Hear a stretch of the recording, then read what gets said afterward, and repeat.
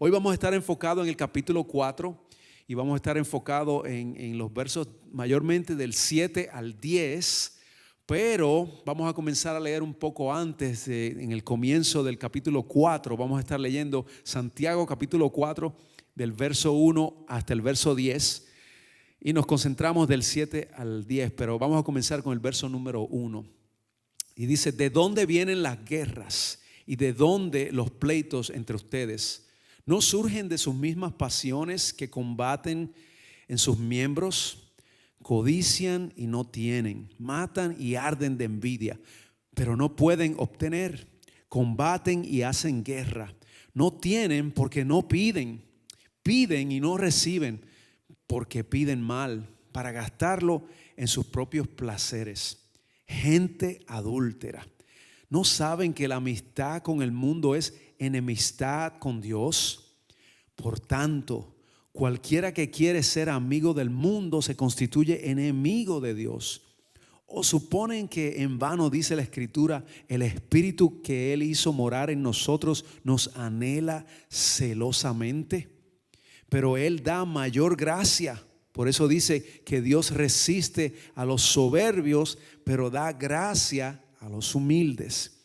Sométanse entonces a Dios, resistan al diablo y él huirá de ustedes. Acérquense a Dios y Él se acercará a ustedes. Limpien su corazón, pecadores, y purifiquen su corazón, ustedes de doble ánimo. Afíjanse, lamenten y lloren. Su risa se convierte en llanto y su gozo en tristeza. Humíllense delante del Señor y Él los exaltará. Así que esos versos ahí, especialmente del 7 al 10, esos últimos versos, cuando comienza a decir sométanse a Dios y resistan al diablo, y vemos cómo Santiago, yo les dije que se caracteriza cuando leemos esta carta de Santiago, este libro. Estamos viendo el carácter de Santiago, es directo. Santiago no decora las cosas, las palabras. Usted sabe que hay personas que decoramos las cosas y lo decimos en una forma para no tratar de ofender a nadie. Santiago aquí no está pensando en nada de eso, él está directo. Y él dice ahí, cuando dice sométanse a Dios, resistan al diablo de ustedes, acérquense a Dios y limpien sus manos, pecadores, y purifiquen su corazón, ustedes de doble ánimo. Entonces ya sabemos a quién les está dirigiendo estas palabras, ¿verdad? Está hablando de pecadores. Un pecador es uno que practica el pecado. Tenemos que establecer esa diferencia, ¿verdad? Todos pecamos. Aunque usted lleve 30 años en el evangelio o 40, no importa cuánto tiempo usted haya conocido al Señor, todos pecamos. Y todos los días fallamos. No hay un momento en nuestras vidas que algo no suceda donde fallamos, ¿verdad? Pero hay una diferencia entre un pecador y alguien que peca. El pecador es lo que practica constante e insistentemente. Está todo el tiempo, eso es su práctica. Cuando no conocíamos al Señor, antes de entregar nuestro corazón al Señor, nosotros éramos pecadores profesionales, ¿verdad? Y eso era... Y ni siquiera pensábamos, lo hacíamos y era algo normal para nosotros. Cuando conocemos al Señor, cuando venimos a Cristo, conocemos la palabra de Dios que nos refleja a nosotros quiénes somos, nos enseña quiénes somos en realidad, nos damos cuenta que somos pecadores, reconocemos a Cristo, que es el único quien nos puede quitar el pecado y ayudarnos a, ¿verdad? Por su gracia nos hace hijos de Dios, y de ahí en adelante comienza un proceso de transformación.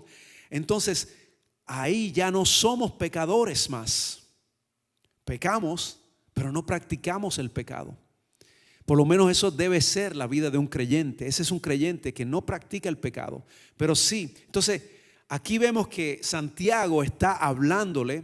Cuando usted mire, pues usted busque el contexto y entonces usted se da cuenta a quién le está dirigiendo él estas palabras. Porque ahí cuando leímos ese verso número 8, cuando dice acérquense a Dios y Él se acercará a ustedes, entonces le está hablando a personas que están alejados del Señor, que quizás dicen que ellos están viviendo para el Señor, pero en realidad sus acciones, su manera de vivir no refleja ¿verdad? Lo que ellos dicen creer. Entonces le está hablando a ese tipo de personas. Y luego dice, después que dice acérquense a Dios y Él se acercará a ustedes, luego dice limpien sus manos. Entonces obviamente le está hablando a personas que andan haciendo asuntos que no son asuntos, no son cosas que agradan a Dios y que honran a Dios. Le está hablando a esas personas y luego le dicen pecadores, purifiquen su corazón. Entonces le está hablando a pecadores, le está hablando a personas que practican el pecado y no les importa y están viviendo una vida de pecado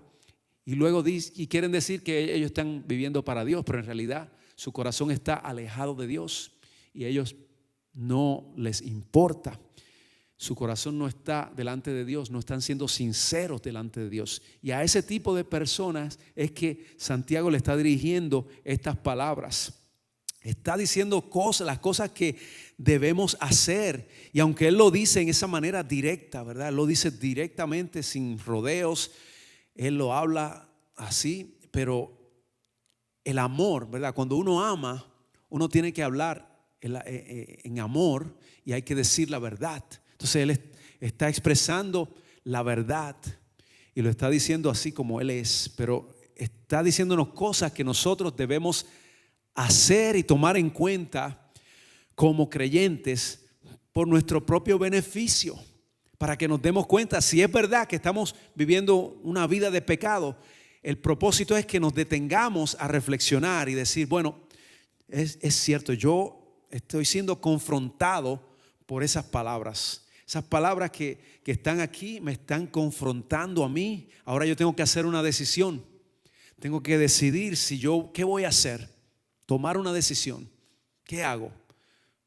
¿Voy a seguir lo que dice la palabra o voy a seguir viviendo mi vida como yo quiera? Entonces tenemos una decisión que tomar. Es lo que nos está la palabra retando a nosotros y nos está confrontando en ese sentido. Así que Santiago está hablando de varias cosas. Él comienza diciendo, ustedes, hablándole a esas personas de doble ánimo que practican el pecado, ustedes codician, tienen envidia. Comienza a hacer una lista de cosas, ¿verdad? Que están aquí en la palabra. Está diciendo, ustedes hacen guerra, ustedes tienen amistad con el mundo y la amistad con el mundo es enemistad con Dios. Quiero aclarar también ahí ese punto, porque ahora no podemos pensar que no podemos tener amistades que no son cristianos. Eso es ridículo, eso no es lo que está diciendo la palabra del Señor. La palabra de Dios no está diciendo que no nos relacionemos con personas que no conocen al Señor. Eso es lo último que la palabra nos va a decir, porque el mismo Señor Jesús nos dijo a nosotros, id por todo el mundo, predicad el evangelio, sed luz en medio de tinieblas, y todas estas cosas nos indican a nosotros que nosotros tenemos que relacionarnos con la gente para poder ser luz en medio de tinieblas. Para usted mostrar el amor del Señor a los demás, usted tiene que tener relaciones con los demás. Pero cuando la palabra del Señor está diciendo que no tengamos amistad con el mundo, porque es enemistad con Dios, es cuando usted comienza a dejarse llevar por la corriente de este mundo y a dejarse influenciar por aquellos que no conocen al Señor, y usted quiere complacer a esa gente más que complacer a Dios. Si usted quiere vivir para esos placeres y esas cosas, primero que poner a Dios, ¿verdad? Antes que poner a Dios primero. Eso es lo que está diciendo la palabra. Y Santiago está diciendo, es hora de que nosotros escojamos. Vamos a dejar de vivir una vida de doble apariencia, donde yo quiero aparentar una cosa, pero en realidad estoy viviendo otra y yo lo sé, pero no me importa. Es el momento de escoger quiénes somos nosotros. ¿Quién soy yo? Tengo que escoger. Vivir de la forma que Dios me llama a vivir para Él, o vivir a la forma que el mundo quiere que yo viva. Que si el mundo me va a arrastrar con su corriente, yo me dejo llevar por esa corriente, ¿verdad? Y no podemos vivir para el mundo y sus conceptos y para Dios a la misma vez. Yo no puedo vivir, ¿verdad?, diciendo que yo creo lo que dice la palabra del Señor, pero no hacer lo que dice la palabra del Señor. Eso no tiene mucho sentido. ¿Están de acuerdo? ¿Verdad que no? No tiene sentido. Entonces, ahí en ese verso 8, de nuevo, él está hablando a ese tipo de personas, y a eso la Biblia le llama personas de doble ánimo. Y no es que, ¿verdad?, que usted tenga un ánimo hoy, un ánimo mañana de nuevo, ¿verdad? hay días que uno se levanta de la cama y pues no te quieres levantar ese día, porque quizás no te sientes muy bien, etcétera, etcétera. Son cosas que pasan. No está hablando de ese tipo de ánimo, está hablando de una persona que es básicamente hipócrita, de la hipocresía, que está diciendo que cree lo que dice la palabra del Señor, cuando la palabra dice que amemos a nuestro prójimo, pero en realidad no se comporta de una forma que muestra el amor hacia el prójimo. Eso es decir una cosa y hacer otra.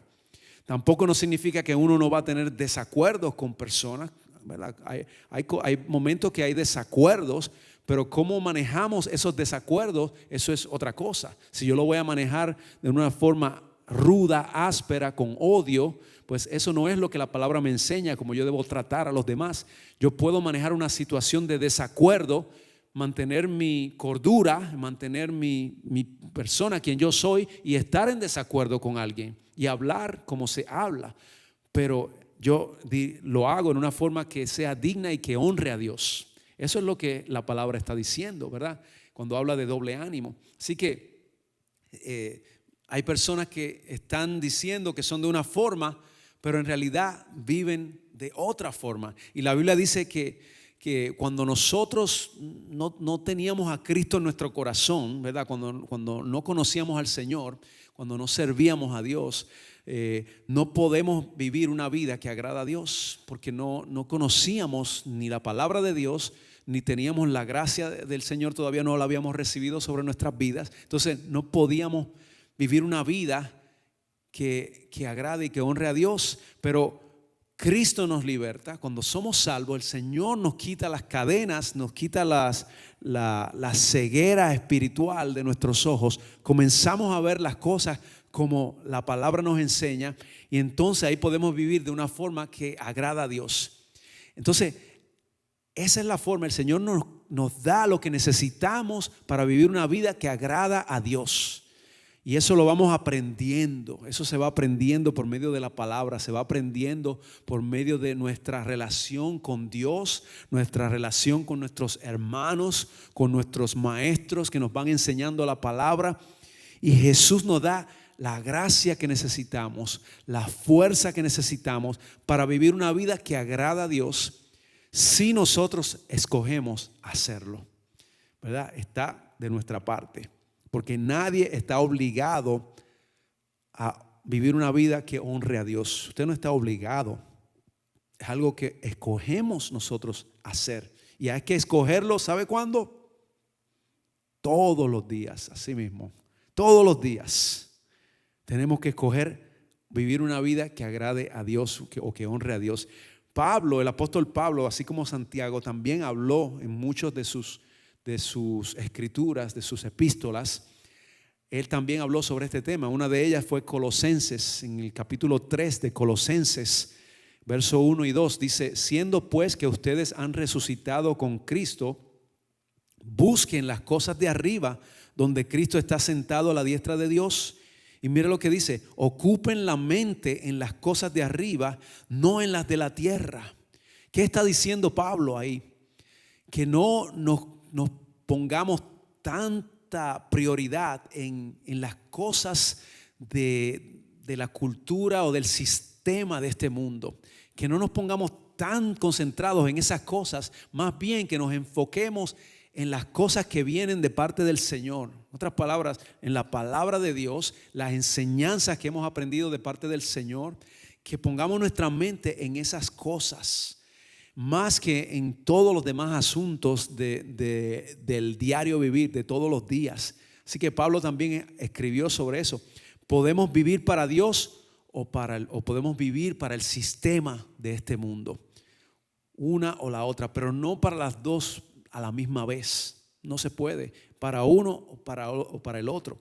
No es fácil vivir para el Señor en un sistema que va opuesto a todo lo que dice la palabra del Señor. No es fácil, pero Dios nos da el poder que necesitamos por medio de su Espíritu.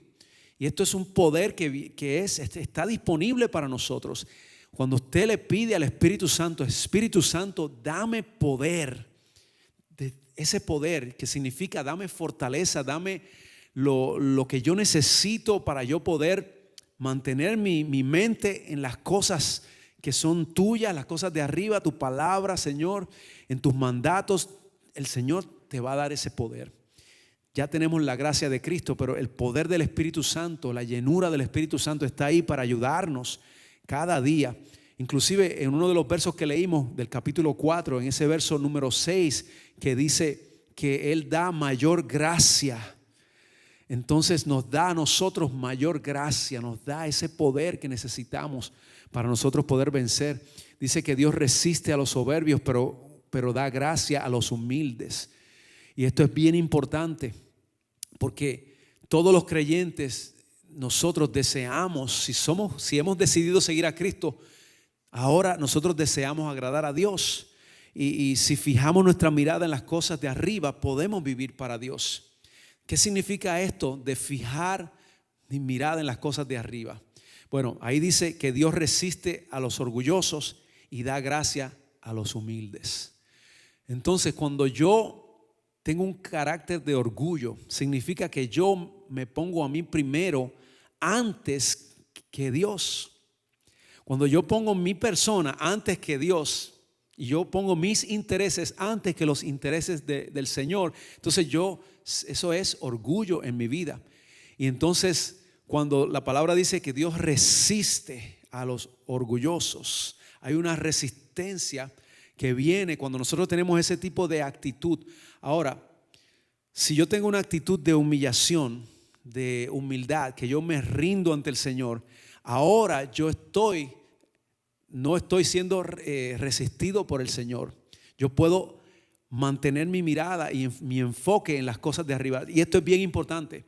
Entonces esto significa que la humildad juega un papel importante en nuestras vidas. Que nosotros, ¿qué es ser humilde o humillarse? ¿Qué significa eso? Significa que yo tengo que andar por ahí pues necesariamente diciendo que yo soy lo peor de lo peor y ¿verdad? Que yo no soy nada, que yo no valgo nada. No es eso, es que yo no ponga mis intereses por encima de los intereses del Señor. Que yo me humille a tal forma que yo digo, que yo reconozca quién es Dios y la grandeza de Dios, y que yo entonces pueda vivir una vida que reconoce siempre que Dios está por encima de mis deseos. Que yo puedo tener deseos en mi vida y cosas que yo quiero hacer, pero eso no va a ir por encima de lo que Dios tiene para mi vida y de la palabra de Dios y del Espíritu Santo en mi vida. Eso es lo que significa. Cuando estamos haciendo lo contrario, entonces estamos siendo orgullosos. Y dice la palabra que Dios resiste el orgullo. Así que cuando fijamos nuestra mirada en las cosas de arriba, Dios nos va a dar esa mayor gracia. ¿Para qué? Para perseverar, para yo poder seguir hacia adelante, para yo poder vencer y mantenerme fortalecido. Dios desea que aprendamos este principio. El Señor desea que aprendamos esto de su palabra. Dios se opone al orgullo porque el orgullo nos lleva hacia la derrota. El orgullo eventualmente te va a llevar a vivir una vida en derrota, una vida que no va a encontrar su propósito en el Señor. Cuando estamos poniendo las cosas de nosotros primero antes que Dios, entonces eso nos va a llevar a la destrucción, a la pérdida. Pero la humildad nos lleva hacia la victoria. La humildad nos lleva a vivir una vida que honra a Dios todo el tiempo. Así que por eso es que Dios se opone al orgullo y a cualquiera que se crea superior a Dios. Yo no soy superior a Dios y nunca lo seré. Así que ese tiene que ser mi enfoque, siempre saber eso y poner atención a cuáles son mis deseos. Si es que yo estoy poniendo mis deseos antes que los deseos del Señor, que lo que dice la Biblia y la palabra. Así que el verso 10 dice: humíllense delante del Señor y Dios los exaltará. Así que esto significa que consideremos que nosotros somos menos importantes que Dios y que hay personas también que tenemos que tratarlos para que ellos se sientan también que son importantes. Tratarlos de una forma que ellos se sientan importantes también. La palabra también nos exhorta a hacer esto. Esto fue lo que hizo Cristo. Esto fue lo que nos enseñó. El mismo Señor Jesús nos enseñó a nosotros que su actitud cuando Él vino, que se hizo como uno de nosotros. Entonces dice la Biblia que Él no escatimó ser Dios como algo a que aferrarse, sino que se humilló hasta lo sumo y luego se humilló hasta la muerte y muerte de cruz. Entonces ese es un ejemplo que nos enseñó Jesús a nosotros. ¿Qué tiene que ver el orgullo y la humildad con los asuntos que leímos en los primeros versos del capítulo 4? ¿Qué tiene que ver esto del orgullo y la humildad? ¿Verdad? Los pleitos, esa lista de cosas que Santiago comenzó cuando estaba hablando sobre estas cosas. Él comienza a decir pleitos, codicia, envidia, adulterio, etcétera, etcétera, en la vida de aquellos que son de doble ánimo. ¿Qué es lo que tiene que ver el orgullo con estas cosas?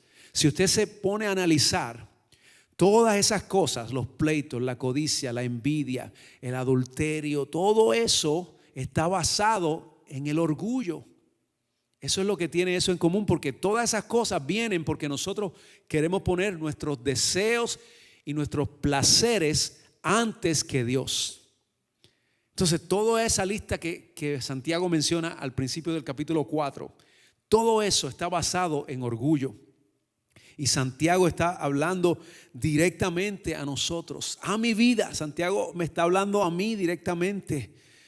En el verso número 3 dice: piden y no reciben porque piden mal para gastarlo en sus placeres. Entonces le está hablando a ese tipo de personas que lo que quieren es solamente para ellos todo y sus placeres, y no les importa nada más, ni siquiera los planes de Dios, solamente lo que ellos quieren hacer, sus propios intereses. Y hoy tenemos que decir una cosa que nosotros tenemos que decir, como dice el Salmo 139, el Salmo al final, cerca del verso 23, que dice: examíname, Señor, y pedirle al Señor: Señor, examíname y ve qué es lo que hay dentro de mi corazón. Yo tengo que decirle: Señor, ¿qué es lo que hay dentro de mí? Examíname, ayúdame para yo conocer lo que hay dentro de mi vida. Si hay algo que yo estoy haciendo, que estoy poniendo mis intereses primero, ayúdame a reconocer eso, Señor.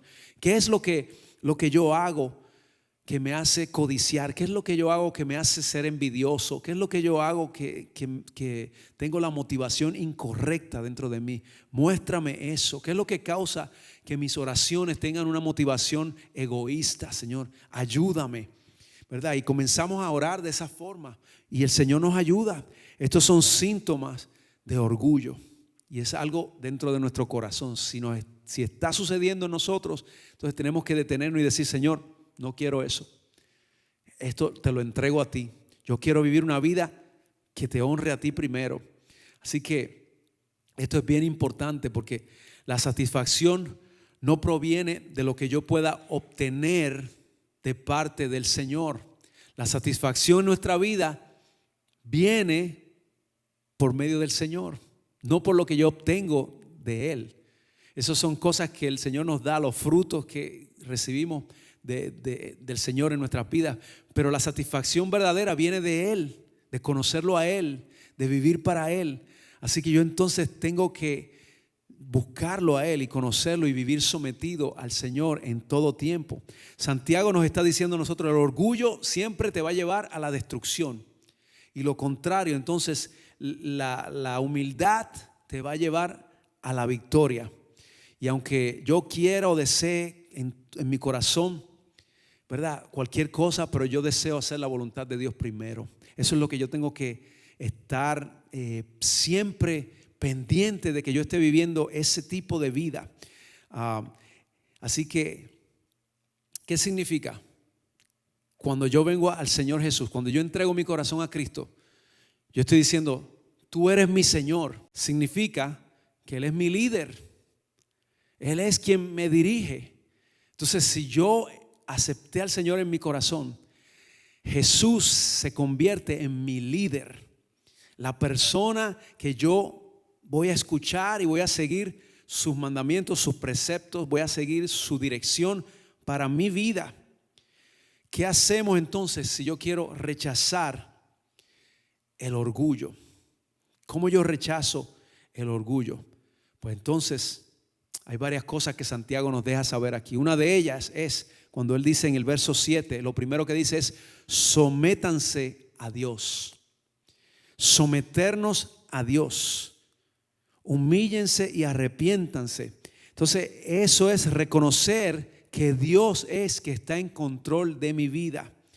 Como ya dije, que Jesús es mi líder y que todo lo que hacemos lo hacemos a la manera que dice Dios, no a la manera que yo digo, no a la manera como me enseñaron a hacerlo cuando yo crecí, o como yo lo aprendí de mis padres, como yo lo aprendí de mis amigos, como yo lo aprendí por medio de ver, ¿verdad?, películas, la televisión, como se hacen las novelas.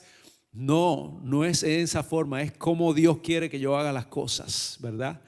Es que yo honre, si estoy casado, pues que yo honre mi matrimonio, que yo no deshonre mi matrimonio, porque eso es lo que el Señor me llama a hacer. Que si yo soy pues un jefe, tengo una posición alta en mi trabajo, que yo trate a las personas con dignidad, con respeto. Eso es lo que me dice la palabra. Ahora, si yo lo hago en la forma que yo aprendí, a lo mejor yo vi a mi padre que era jefe y trataba mal a sus empleados, pues si yo quiero hacer lo mismo que hacía mi padre o que hacía mi jefe antes, yo lo aprendí de él, pues esa es la forma que yo aprendí. Pues yo estoy siendo orgulloso porque yo estoy poniendo lo que yo quiero por encima de lo que me dice la palabra. La palabra me dice que yo trate a los demás con dignidad, con respeto, con amor. Pues entonces cuando yo hago eso, yo estoy poniendo a Dios primero y no estoy poniendo mis deseos o mis pensamientos antes que los pensamientos del Señor. Así que someterme al Señor primeramente, es lo que dice Santiago ahí. Y luego dice resistir al diablo. Santiago 4:7, sométanse a Dios, resistan al diablo y éste huirá de ustedes. Lo primero que quiero decir es que el diablo es real. Mucha gente dice: eso del diablo, yo no creo en eso. El diablo no es real. El diablo es real. Hay un enemigo que nos odia, que quiere destruirnos, especialmente si estamos en los caminos del Señor. Quiere destruir nuestras vidas y quiere detener la obra de Dios en nosotros. Hay un enemigo, un reino de las tinieblas. El diablo no es omnipresente ni omnisciente como Dios, no puede estar en muchos lugares a la vez, pero hay un reino de las tinieblas que cuando decimos el diablo es representado por el enemigo de las almas, pero hay un reino de tinieblas que trata de detenernos. ¿Cómo lo hace? No es físicamente, es en la mente. El enemigo te va a atacar siempre con pensamientos, porque el enemigo no es, ¿verdad? El reino de las tinieblas no es un reino físico, es un reino espiritual. Así que no es que te va a venir a atacar y que te va a salir un demonio por la ventana y que va a salir por el techo y que no, estamos hablando de un reino espiritual de las tinieblas que trata de detener la obra de Dios siempre. Es real y hay que tomarlo en serio. Ahora, diciendo esto, Él no tiene más poder que Dios. Y Él está vencido y la Biblia dice que su tiempo ya está establecido y llegará el momento donde va a ser echado al lago de fuego por toda la eternidad. En otras palabras, nunca jamás vamos a lidiar con ese enemigo cuando el Señor venga por nosotros o cuando estemos en la presencia del Señor. Pero mientras tanto, sí, tenemos que resistir al enemigo. Tenemos que resistir, ¿verdad? Porque el mundo, el sistema de este mundo está bajo el dominio de ese reino de las tinieblas. Hay un sistema en este mundo, por eso es que la corriente del mundo siempre va en contra de la palabra de Dios, porque hay un sistema en el mundo, como se hacen las cosas en este mundo, va de acuerdo o va en contrario a la palabra de Dios, y entonces tenemos que resistir eso. Y parte de eso es que este sistema del mundo nos dice a nosotros que tenemos que ponernos a nosotros primero. Si tú quieres llegar lejos, tú tienes que ir por encima y pisar a todo el mundo, no importa lo que cueste para que tú puedas llegar. Eso es lo que nos enseña el sistema y eso es orgullo. Pero ¿qué dice la palabra? Resistir eso, resistir al diablo, resistir al sistema al reino de las tinieblas que controle el sistema. Resiste. No pongas tus intereses por encima de los intereses de Dios. Eso es lo que está diciendo Santiago. Resiste al diablo y huirá de ustedes. Va a llegar un momento donde, aunque sientas ese deseo, ese orgullo, eso que tú quieres atropellar a las personas para tú demostrarles a ellos quién tú eres. No, resiste ese deseo. Resiste. No, yo tengo un deseo de ir a insultar a esa persona porque me hizo daño. Yo lo que quiero es arrancarle la cabeza. Resiste eso, porque eso es lo que quiere el enemigo. Está tentándote para que tú pongas tus deseos por encima de los deseos de Dios. Resístelo en el nombre de Jesús y huirá de ti el enemigo. Va a huir de tu vida. Y eso es lo que dice la palabra cuando dice resistir al diablo y huirá de ustedes. El poder del Espíritu Santo está ahí con nosotros para ayudarnos a resistir. Ponte la armadura del Señor. La Biblia habla en Efesios 6, del verso 11 al 18, habla de una armadura de Dios. Y esa armadura es algo que nosotros nos ponemos como creyentes. Todos los días tenemos que ponernos esa armadura, donde nuestra mente tiene que estar protegida, ¿verdad? Donde nuestros pensamientos tenemos que protegerlos con la palabra del Señor. Tenemos que estar siempre dispuestos a hacer la obra de Dios, a obedecer a Dios, dispuestos a tener el escudo de la fe. ¿Para qué? Porque todos los días el enemigo tira dardos para apagar tu fe. Te lo hace en diferentes maneras. Trata de apagar tu fe por medio de la televisión, por medio de los medios sociales, por medio de la gente, de lo que la gente habla. Que eso de los cristianos, esas cosas son, mira, eso es fanatismo, deja eso, no seas fanático, no vayas a esa iglesia porque tú estás perdiendo tiempo. Dardos de fuego, te están tirando. Tienes que ponerte el escudo de la fe.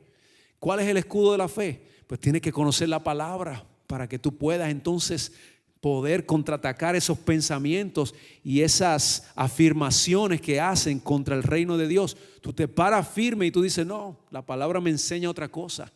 La palabra me enseña a mí, ¿verdad?